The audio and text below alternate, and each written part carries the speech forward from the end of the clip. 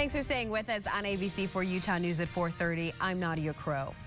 One person is dead and another in critical condition after a driver crashed going the wrong way on I-215. 22-year-old Chanel Nielsen's car collided with another driver near 1700 East at around midnight. Now, she was driving in the wrong direction on the interstate before crashing into another car. The crash caused a ripple effect, including 5 more vehicles.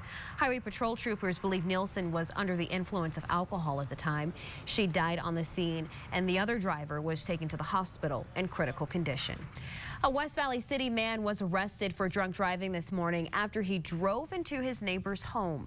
It happened at around 1:30 at a home near 25th South and 34th West. Now, police say a neighbor saw 43-year-old Sofath New drive over the driveway, the lawn, and then through the front door of the house. You can see it there on your screen, all the damage there. Well, he then backed up, got back on the street, and pulled into his own driveway, just 5 doors down. Meanwhile, his neighbors woke up to the damage. And I came out. What a mess to clean up there. Now, despite the damage, no one in the home or the driver was hurt in the crash. Police are on the lookout for a scammer claiming to be with the Boys and Girls Club of Greater Salt Lake. Now, the person is asking for donations, but then pocketing the money. Good for Utah's Felicia Martinez spoke with police and the Boys and Girls Club about how to keep your money safe. Police say, how does your job measure up when it comes to job security? Financial company 24/7 Wall Street identified some of the hardest and easiest jobs to keep. It took 2014 unemployment rates from the Bureau of Labor and Statistics for nearly 600 occupations. Now, chiropractors top the list with an unemployment rate of just 0.1%. Dentists and physician assistants are in high demand as well. Also on the list, farmers. Yeah, farmers had the 10th lowest unemployment rate, with only 1% of American farmers without a job. And that could be because nearly 3/4 of farmers are self-employed.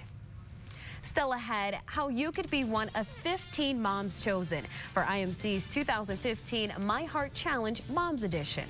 Plus, it's not too late to give. We'll explain how you can help your favorite Utah nonprofit during 24 hours of giving.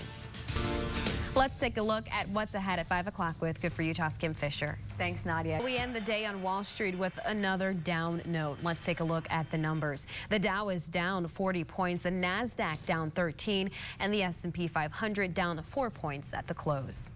And still to come, Intermountain Medical Center is offering 15 moms the chance to improve their heart health with free professional help.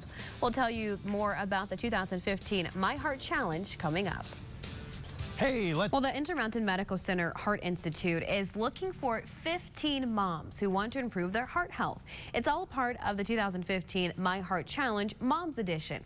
Here to tell us more is Michelle Barker from the Intermountain Medical Center Heart Institute. Thanks for being here today. Thank you. Well, you've been working at the Heart Institute for quite some time now. What are some of those reasons why people come in, why you have those patients?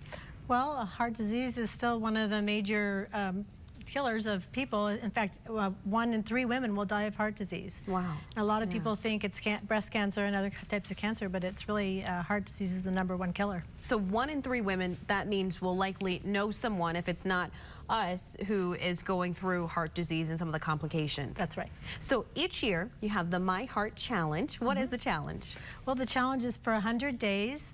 Our population, whoever we're working with, we've done firefighters, we've done city councilmen and mayors, we've done school principals. This year it's moms. And it's 100 days of working with exercise physiologists, nutrition experts, stress management folks to help us to learn to have a healthy lifestyle, eat better, exercise more, cut down on the stress, and just overall be more active, and hopefully these moms will be good role models for their families. Absolutely. So why moms? Why moms this year? Well, we like to choose a population that has an influence on others. Okay. Yeah. And so moms have such a great influence on their children, and if moms can adopt healthy lifestyles for their kids, then hopefully they'll grow up and have healthy lifestyles for their families. And it's still the #1 killer, as you mentioned, heart disease for women. A lot of this has to do with preventative care, getting those screenings, having those regular checkups. Why aren't women doing that? Well, women don't often take time for themselves. It's usually their role is to often put others first, and so they sort of put themselves on the back burner and either don't get things done that they should or just delay it. These are free professional services to help you live a longer, happier life. I don't know if there could be a better program out there. Oh, I can't find one. So how can someone sign up? Someone's watching, they want to get involved, or they have a woman in their life who they want to sign up. Yes, you can go on to myheartchallenge.com. The applications are still being taken through the end of the month. Okay, so you have until the end of the month. Who are you looking for? Who should apply? Well, we're looking for women who are moms between the ages of 23 and 55. The one stipulation is that you have to have one child at home. That's under the age of 18. Got it, got it. So as long as you have that, they can sign up. And then when do they start that program? Is it really altering their everyday life? Yes, it's the program will start right before Mother's Day, which we thought was fitting. Yes, it is. And hopefully the 100 days, it's been shown that it takes 3 months to establish a habit. And so 100 days is just over 3 months, and we're hoping that, you know, people can really feel a lot better emotionally and physically, and it'll just give them a nice step forward into the future to continue what they've learned. So we're talking about 15 women who will be selected, 15 moms. What about everyone else out there who needs to take control of their heart health? What are some of the things they can do now, starting today? Well, actually, just anything, just get up and move. Park a little bit farther from the grocery store. Just walk, put a pedometer on and try to search to try to get 10,000 steps a day by just walking more, going for a walk, walking around your employment, just anything to be more active around the home. Yeah. And you talked about eating healthy as well. And eating because healthy. A lot of people say, well, maybe they have a genetic condition or they're predisposed to something, but we can take charge of our health on our own. Yep. It's your body, and you need to do with it the best that you can. It's your body. I like that. Yeah. Michelle Barker. We have a play-at-home challenge too for anyone that doesn't make the 15. Right. We'll have a play-at-home edition. Oh, perfect. So anyone can join that, and that'll be online. So that is great. We'll put those details on our website at goodforutah.com. Michelle Barker, thanks for being here. Thank you. Time is running out, but you can still do it. How you can participate in this year's 24 Hours of Giving and help out all your favorite Utah nonprofits coming up. All right, go ahead and do it. Pull out your NCAA tournament brackets and be honest. Well, it turns out only 14 people on ESPN's Bracket Challenge guessed the Sweet 16 teams right on the money. One of them is a high school senior in Vermont. That's Spencer Lieberman. He says he's an athlete in his own right and he knows his stuff. But still, he gives some credit to dumb luck. According to ESPN, in this year's Bracket Challenge, more than 11 million brackets were submitted. Spencer and the 13 other brackets that have all of their Sweet 16 teams are, get this, 0.000000121% out of all the brackets submitted this year.